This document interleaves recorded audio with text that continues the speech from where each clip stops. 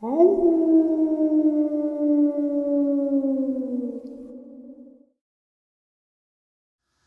and salutations, everyone. I hope everyone is still doing well, and welcome to today's midday bonus. Before we jump into it, a couple links. As many of you know, I rely on Patreon, PayPal, channel membership, and the merch to help the channel to continue to grow and go. Links to Patreon, PayPal, and channel membership is in the description below. Merch displayed directly under the video. Also, Dogman Frightening Encounters, Volume 1 through 3, the audiobook versions. They were written and researched by Tom Lyons, narrated and produced by me, Jeff Nadolny.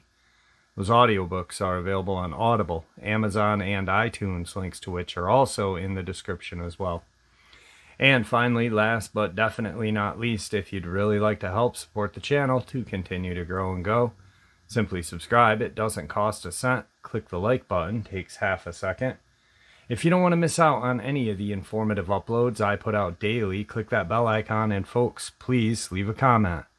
Why? Well, because all these things really do help the channel to continue to grow and go, and yes, folks, they definitely do matter. Now, everyone, I have taken far too much of your time.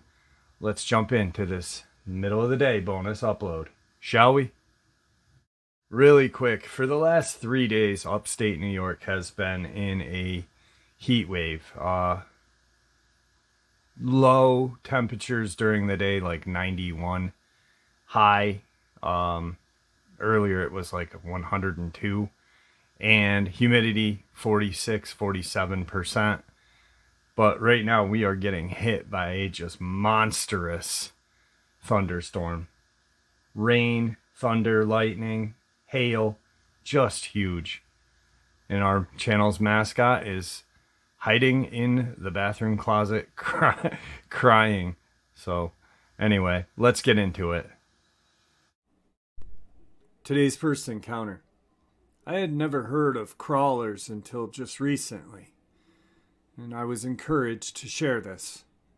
My friends and I used to camp a lot in the El Dorado National Forest. We had a spot along Sepago Springs where we used to camp a lot. One weekend, we decided to go for a 3-day foraging camp.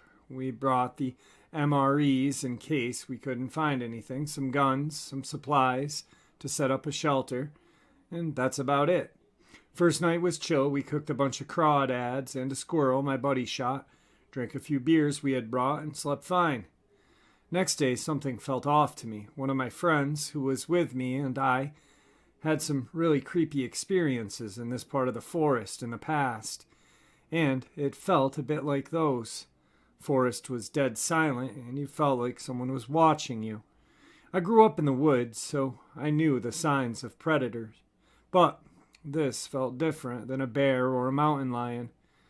When night fell, my friends went 200 yards or so upstream to do some stuff, and I was alone in camp.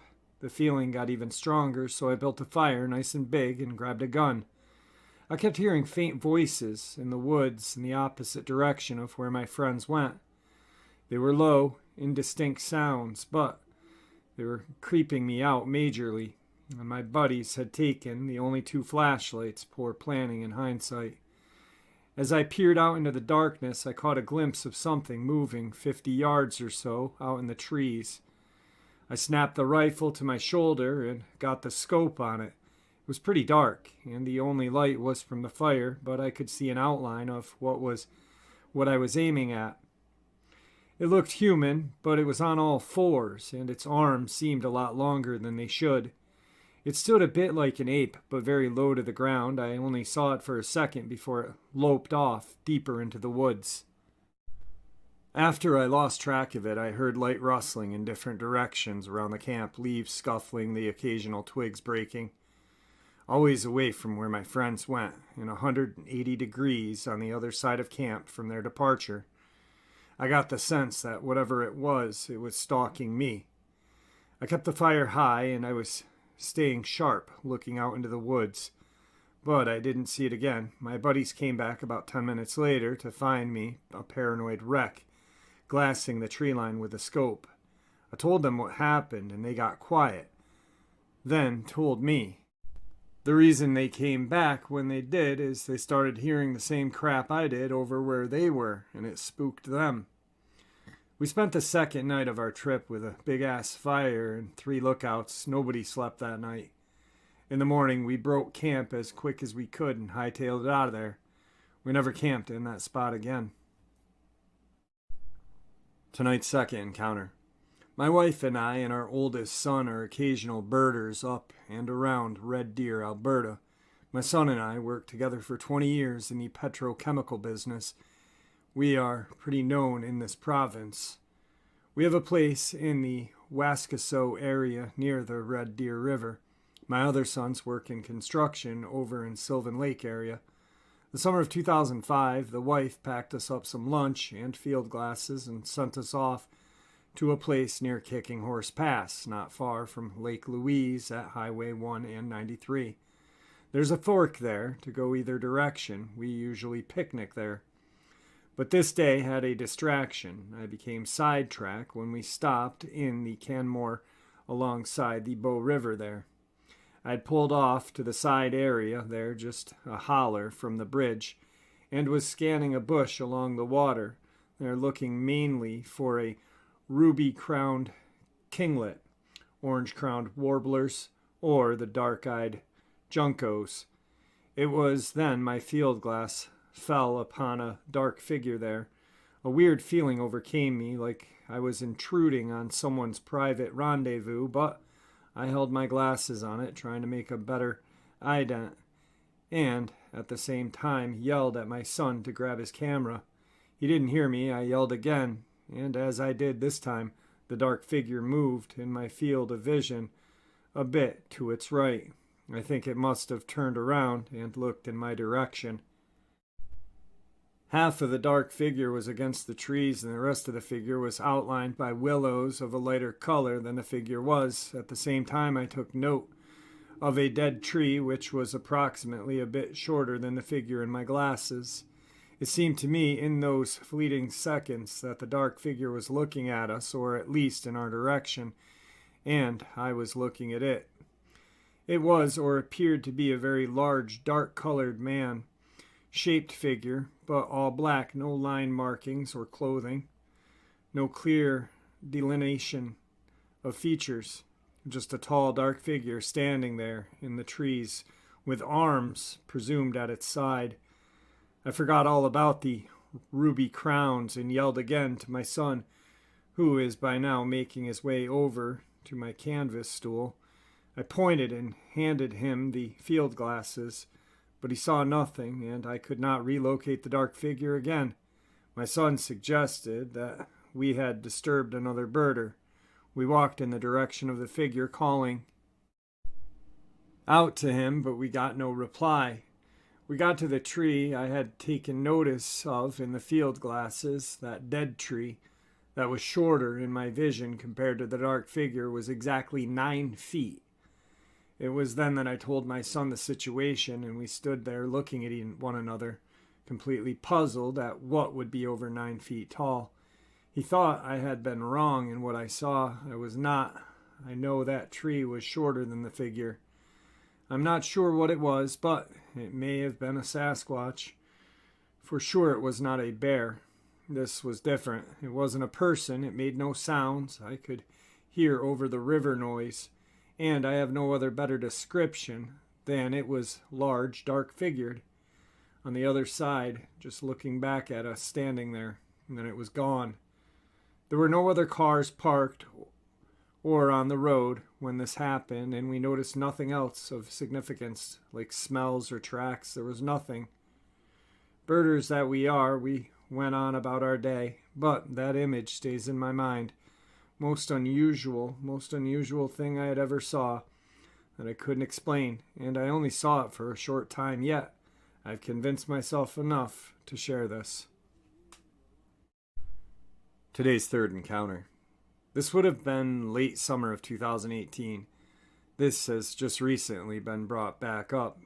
Many of the descriptions fit. I would like to note that I was not an eyewitness to this experience, but it has been corroborated by 6 eyewitnesses that describe the same thing.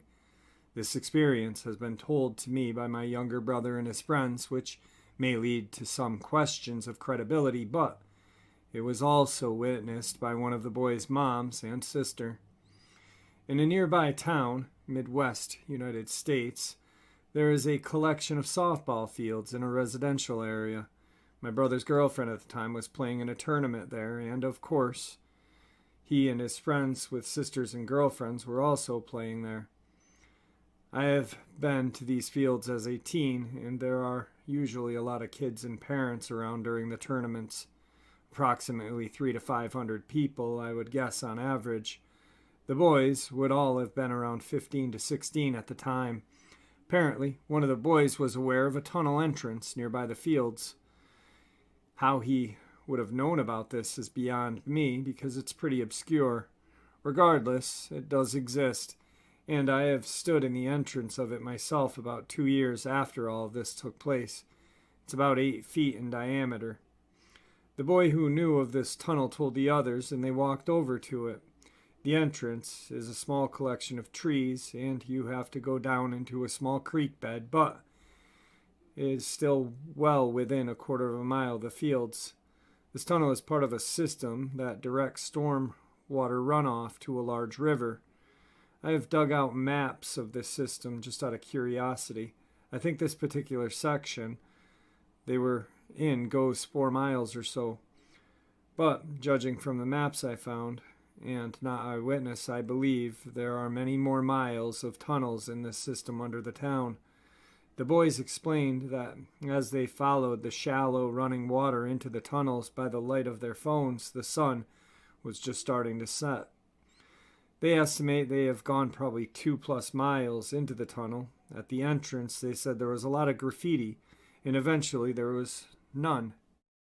They had gone way past all of the graffiti, and they saw no markings or signs of anyone having been in the tunnels until they reached the point they turned around. Occasionally, they would see smaller tubes joining the tunnels, described as barely large enough to perhaps wriggle into, and some of them would have a bit of water running out of them. The boys reached one of these smaller tubes that was spitting out a lot of water. They had to run up and around the water, and when they reached the other side, they saw written on the wall in what they described as creepy handwriting the statement, 6 dead, 1 alive. This freaked them all out. They were already feeling anxious at this point, and they decided to turn around when they heard a noise behind them. They basically all panicked and ran back.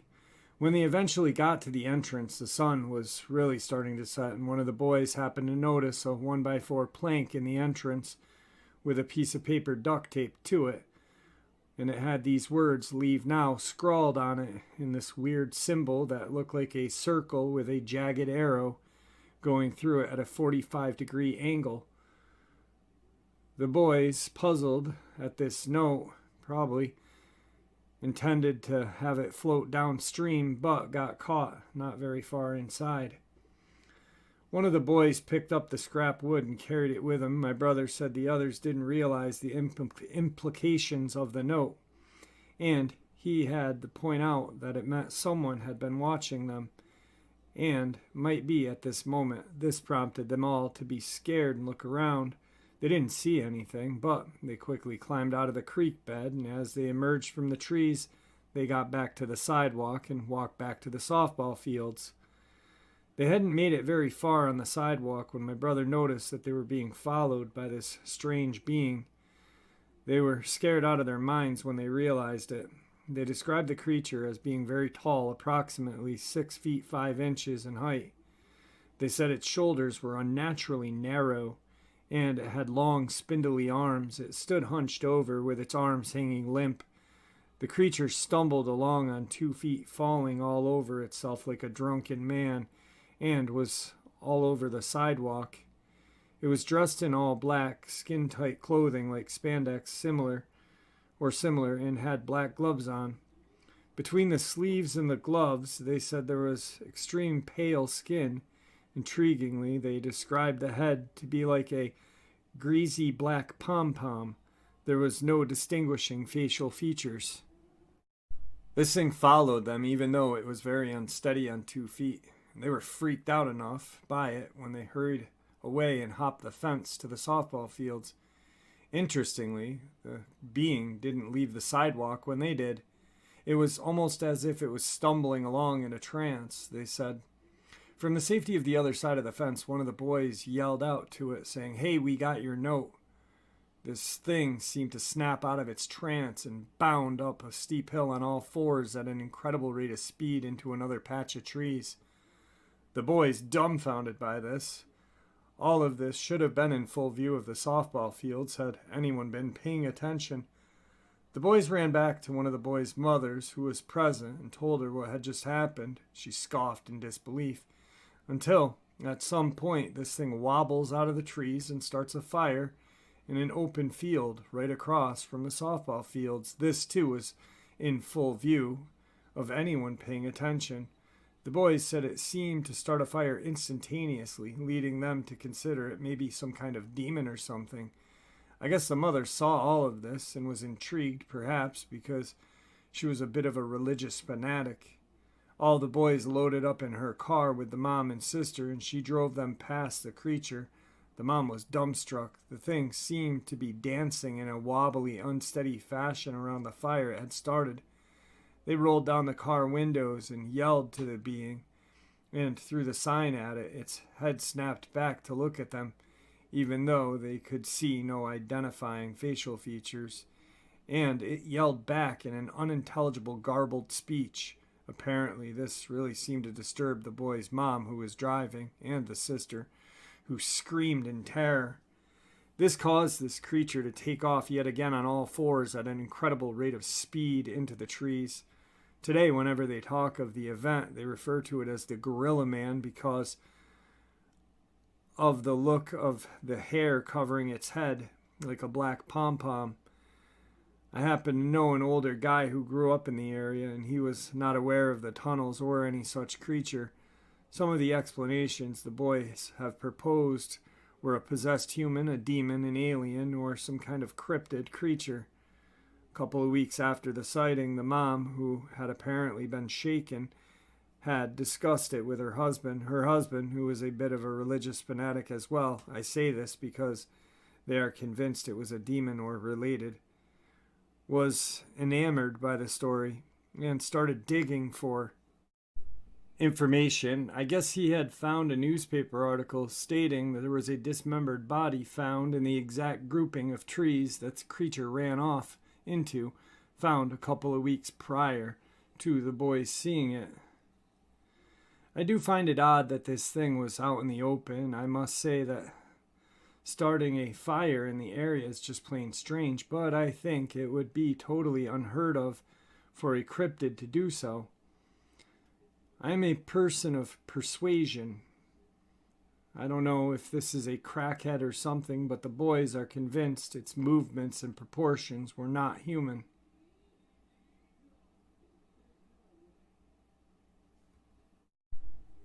Tonight's final part of the upload is some hunters' experiences with Sasquatch. 2009. Back in 2008, hunting in WMU 308 along with a 22. Been hunting in there, the same spot for years, and a rancher down there swears that he knows where they live. Anyhow, the camp is approximately 4 miles south of this rancher. Here's what happened. We took our camp in and left the wall tent lying unfolded on the ground and went up to the cut line approximately 400 yards to collect a truckload of wood for the stove, and when we came back, there was these huge footprints all over our tent, muddy footprints. It was like this thing was watching us. During that night, we lied in cots, staring and trying to figure out what kind of tracks these were. Then at about 11 p.m., this huge, ugly screaming noise was let out. I tell you, it makes me think, fellows, them tracks are still on the ceiling tent, and I should take a picture of them before they fade away. 2008. I was hunting alone, as usual. It was a Thursday. It had snowed the night before.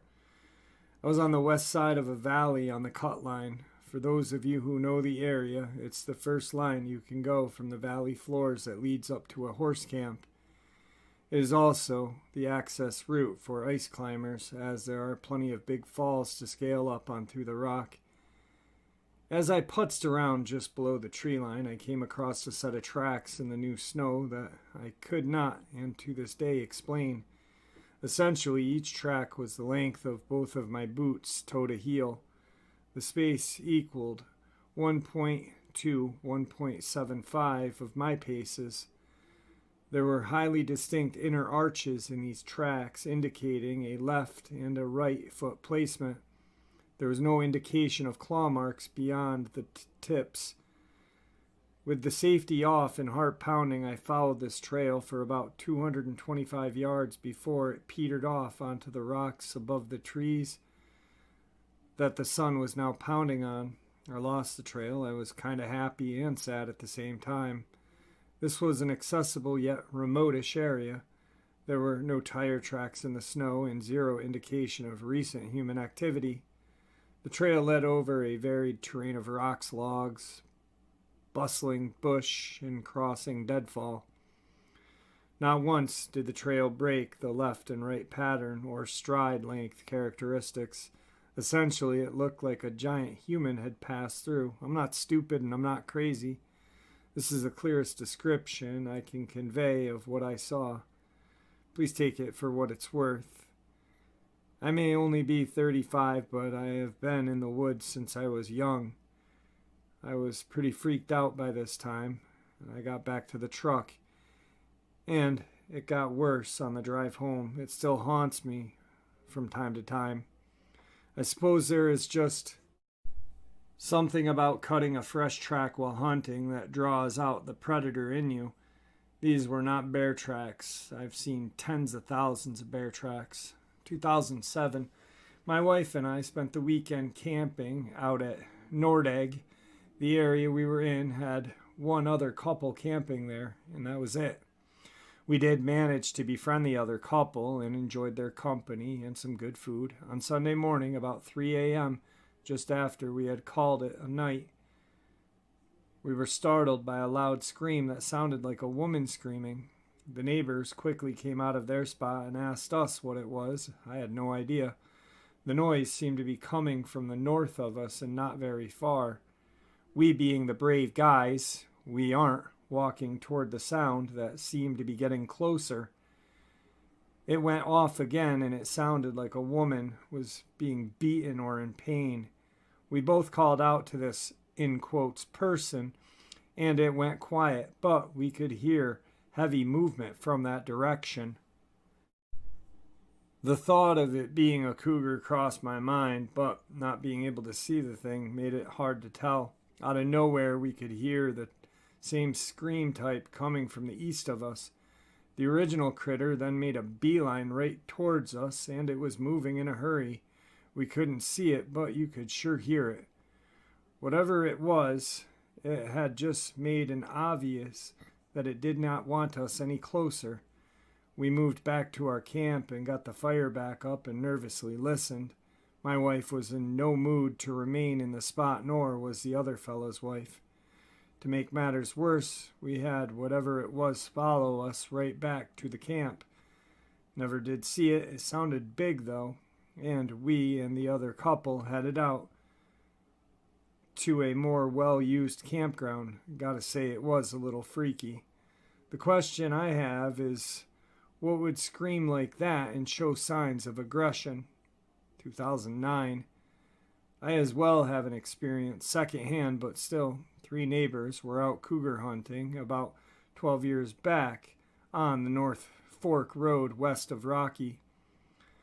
They were tenting for some night near a headwaters of a stream, and after dark they started to hear some deep screams from across the pond, logs being pushed over and splashes in the pond. Being that they were cougar hunting, they did have a couple of dogs with them, and after the sounds got louder and closer, the dogs were let go. The following ruckus lasted within earshot for about 15 minutes before the dogs and the intruder went over the hillside. The next 2 days were spent looking for the dogs and for signs of what had been there the night before. Nothing could be found of sure sign or of the dogs.